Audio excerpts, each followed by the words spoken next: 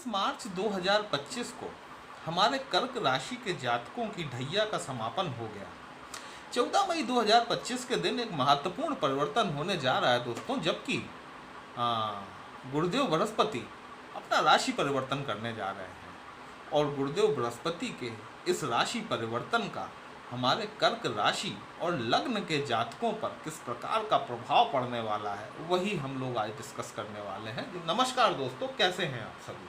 मैं आपका ज्योतिष मित्र श्लोक वर्मा आपके अपने चैनल श्री हनुमंत कृपा में आपका हार्दिक स्वागत करता हूं, अभिनंदन करता हूं। साथ ही अपने बड़े भैया श्री हनुमान जी से करबद्ध निवेदन करता हूं कि वे अपने हनुमत कृपा परिवार के सभी सदस्यों को, नए जुड़ने वाले सभी सदस्यों को सुख समृद्धि प्रदान करें, उन्हें उनके कार्यों में आशातीत सफलता प्रदान करें। दोस्तों, मैं आज जो आपको बताने जा रहा हूँ ना, ये बहुत महत्वपूर्ण बात है। देखिए, गुरुदेव बृहस्पति जो है ये आपकी पत्रिका में आपके 6वें घर के स्वामी होते हैं, साथ ही साथ आपके भाग्य भाव के स्वामी भी होते हैं, जो कि 14 मई 2025 के दिन ट्रांजिट करेंगे और आपकी पत्रिका के 12वें भाव में गोचर करेंगे।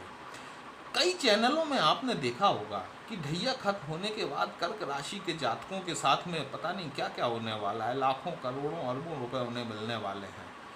मेरा प्रयास ये है कि मैं आपको वस्तु स्थिति से अवगत कराता चलूँ। मेरा ये एक जिम्मेवारी बनती है मेरे हनुमत कृपा परिवार के प्रति कि मैं उन्हें आने वाली घटनाओं के प्रति उनको जागरूक करता चलूँ। देखिए, ये बात और है कि आपकी ढैया समाप्त हो गई है ना। अच्छा हाँ, 13, 14 और 15 अप्रैल को मैं पूना में उपस्थित हूँ। यदि आप लोग में से कोई मुझसे व्यक्तिगत तौर पर मिलना चाहता है तो वहाँ पर पूना में थंबनेल में दिए गए व्हाट्सएप नंबर पर मुझसे कांटेक्ट कर सकता है। मैं पूना में 3 दिनों के लिए उपलब्ध रहूँगा। यहाँ पर आपके लिए ये जो 1 साल होने वाला है, 14 मई 2025 से लेकर मई 2026 तक का, ये पीरियड खुशियों भरा भी है, लेकिन साथ ही साथ इसमें कुछ समस्याएं भी छुपी हुई हैं, जिसके बारे में मुझे आपको जानकारी देना जरूरी है। देखिए, 12वां भाव जो होता है ना, 12वां भाव आकस्मिक खर्चों का होता है, हॉस्पिटलाइजेशन पर खर्च का होता है। ये भाव विदेश यात्रा का भी होता है, विदेशों से होने वाले लाभ को भी इससे जोड़कर देखा जाता है। 12वां भाव आपकी आध्यात्मिकता का होता है, स्पिरिचुअलिटी का होता है। गुरु बृहस्पति ज्ञान के कारक हैं, डिवाइन प्लैनेट है, नॉलेज के भंडार हैं। गुरु आपके ज्ञान चक्षु हैं। ये जिस राशि में जा रहे हैं ना, वहाँ पर बुध की राशि मिथुन राशि फॉल करती है। आपकी पत्रिका के 12वें भाव में मिथुन राशि आती है। बुध और चंद्रमा की माइथोलॉजिकली यदि स्टोरी देखी जाए तो ये कहा जाता है कि बुध जो है वो चंद्रमा की अवैध संतान है। गुरु तो बुध को अपना मित्र मानते हैं, लेकिन बुध जो है ना, वो कभी भी ना तो चंद्रमा को अपना मित्र मान पाए और ना ही कभी गुरुदेव बृहस्पति को अपना मित्र मान पाए। अब बृहस्पति गुरु जो हैं वो बुध के घर में जा रहे हैं। देखिए, 12वां भाव में है। 12वां भाव मोक्ष का भाव भी होता है, मुक्ति का भाव भी होता है। गुरु बृहस्पति को 3 प्रकार की दृष्टियां प्राप्त हैं, जैसा कि आपको पता है, 5वीं, 7वीं और 9वीं दृष्टि। तो जब गुरु बृहस्पति आपकी पत्रिका के 12वें भाव में गोचर करेंगे तो इनकी पंचम दृष्टि जो है, ये पंचम दृष्टि आपके 4th भाव पर पड़ेगी। 4th भाव आप जानते हैं भूमि, भवन, वाहन, माता के सुख से संबंधित होता है। ये सिर्फ सुख ही नहीं, बल्कि मैं कहूँ कि हमारे जीवन के संपूर्ण सुखों का भाव जो होता है ना, ये आपका 4th भाव ही होता है।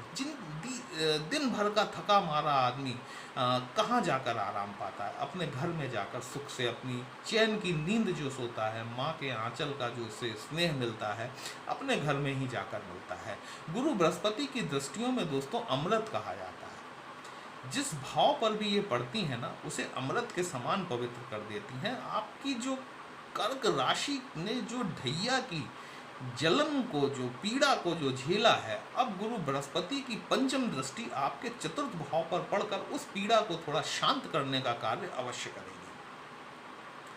तो यहाँ पर 14 मई 2025 के बाद से आप देखेंगे कि आपको घर के संबंध में समस्त सुखों का प्रभाव बढ़ता हुआ देखने के लिए आपको मिलेगा।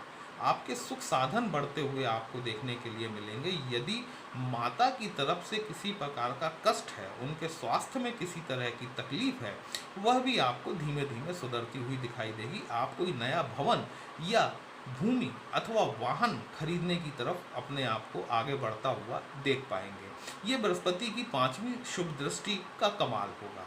अब जहाँ सावधानी बरतनी है, वो चीज, वो भाव विशेष है। देखिए, गुरु बृहस्पति विस्तारक है। जिस प्रकार से राहु देव चीजों को विस्तार दे देते हैं, उसी प्रकार से बृहस्पति भी चीजों को विस्तार करते हैं। लेकिन राहु का जो विस्तार होता है वो अनियमित होता है। राहु बाउंड्रीज नहीं मानता। लेकिन गुरु के साथ में एक चीज है कि गुरुदेव बृहस्पति आपको सीमा रेखा के अंदर देते हैं, है ना। तो लेकिन विस्तार तो करते हैं चीजों का। अब गुरु बृहस्पति की 7वीं दृष्टि जो है, ये आपके 6वें भाव पर पड़ेगी। 6वां भाव आप जानते हैं कि रोग, ऋण और शत्रुओं से संबंधित होता है।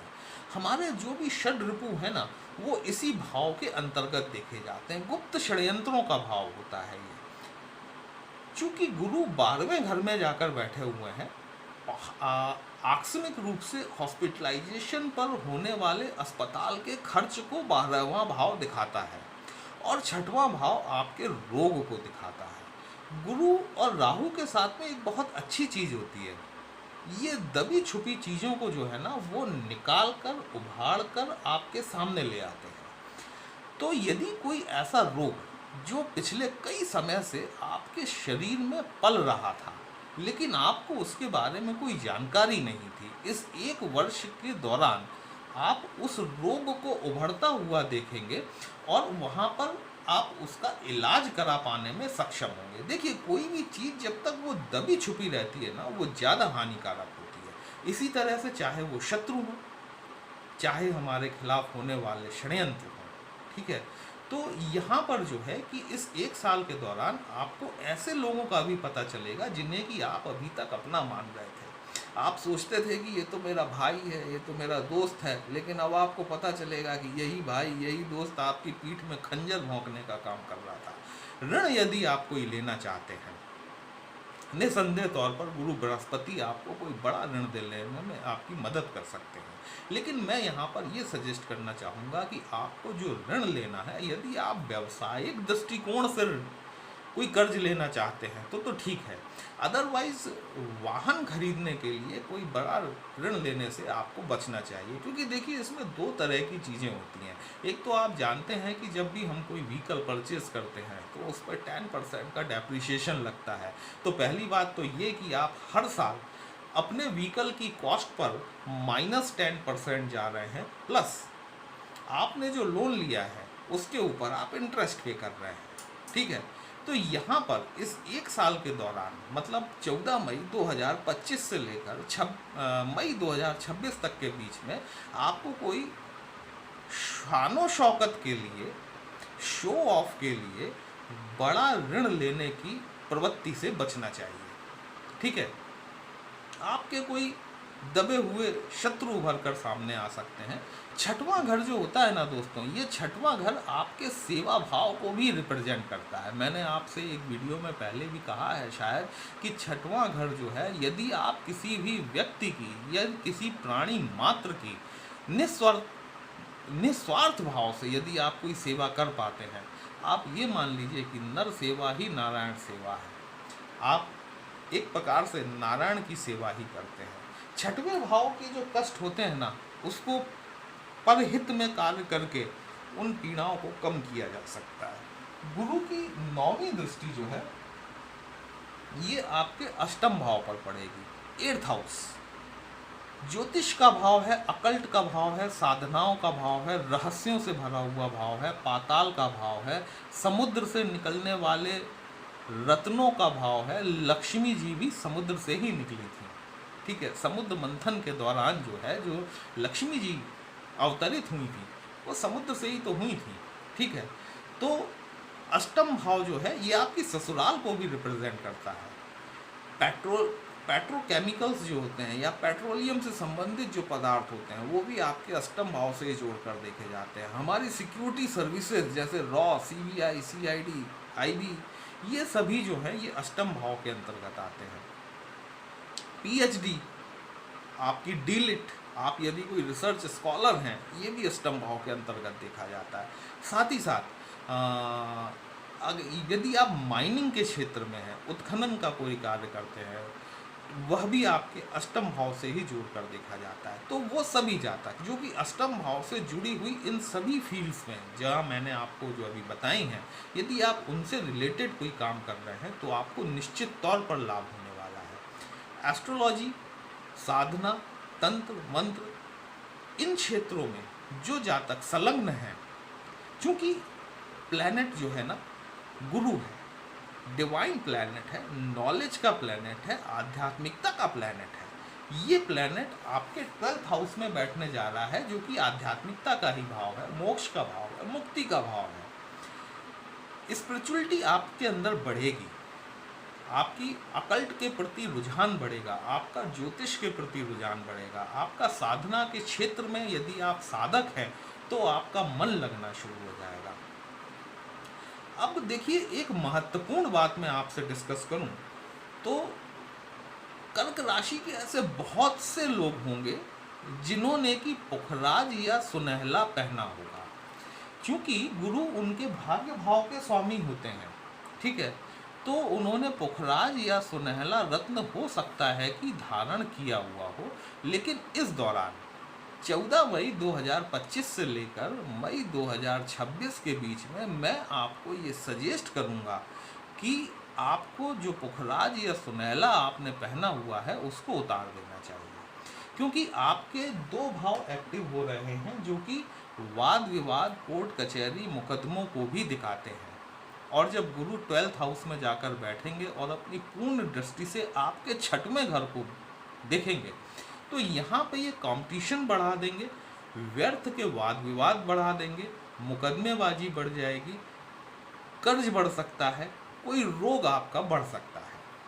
तो इस परिस्थिति में आपको वो जो पुखराज या सुनहला आपने पहना हुआ है वो आपको उतार देना चाहिए। दूसरी चीज़ ये है कि मान लीजिए कि बृहस्पति की स्थिति आपकी पत्रिका में कमज़ोर है, ठीक है, तो अभी तक तो आपने सुनहला पहना हुआ है, अब आपको क्या करना चाहिए ऐसी परिस्थिति में? जबकि आपने सुनहला या पुखराज नहीं पहना हुआ है, आपको गुरु के मंत्रों का जाप करना चाहिए। देखिए, स्टोन जो है ना, स्टोन हमेशा पॉजिटिव रिजल्ट दे ये जरूरी नहीं होता। प्लैनेट के ट्रांजिट के आधार पर प्लैनेट आपको जो स्टोन है वो पॉजिटिव और नेगेटिव रिजल्ट दोनों ही दे सकता है। गुरु के मंत्रों का जाप ये आयुर्वेदिक औषधि है, ठीक है, ये आपको नुकसान नहीं करेगी। ओम ग्राम ग्रीम ग्रोम सह गुरुवे नमः या फिर ओम ब्रह्म बृहस्पति नमः गुरुवार के दिन से रुद्राक्ष की माला से प्रतिदिन कम से कम 108 बार आपको गुरु के मंत्रों का जाप करना चाहिए। यदि आप ये करेंगे तो यकीन मानिए कि गुरु को आपको बल मिलेगा, आपको पुखराज या सुनहला पहनने की जरूरत महसूस नहीं होगी। और मैं कहता हूँ कि जब 6वें घर का स्वामी है और आप उसका रत्न पहने हुए हो तो आपने इस चीज़ को हो सकता है कि एक्सपीरियंस भी किया हो। तो अगर इस टाइप का कोई एक्सपीरियंस आपने किया है तो कमेंट बॉक्स में ज़रूर बताइएगा। तो ये जो है, ये गुरु का ट्रांजिट जो है ना, ये कुछ क्षेत्रों में देखा जाए तो बहुत लाभदायक है ना, क्योंकि आपको चतुर्थ भाव से आपको लाभ करा रहा है, आपके सुख सुविधाएं बढ़ा रहा है, आपके ससुराल पक्ष से आपके रिलेशंस मजबूत कराने का काम कर रहा है ट्रांजिट। लेकिन 6वें घर से थोड़ी सी दिक्कत है, उसके लिए सावधानी मैंने आपको बता दी। विश्लेषण कहीं भी अच्छा लगा हो अपने इस चैनल को लाइक, शेयर और सब्सक्राइब जरूर कर लीजिएगा। यदि हमसे पत्रिका का विश्लेषण कराना चाहते हैं दोस्तों, हमारा व्हाट्सएप नंबर थंबनेल में दिया गया। पर्सनल कंसल्टेशन पेड होता है, एक छोटी सी फीस आपको पे करनी होती है। आपकी समस्या का उचित समाधान हमारे द्वारा करने का प्रयास जरूर किया जाता है। चलिए फिर मिलते हैं, तब तक के लिए जय श्री राम।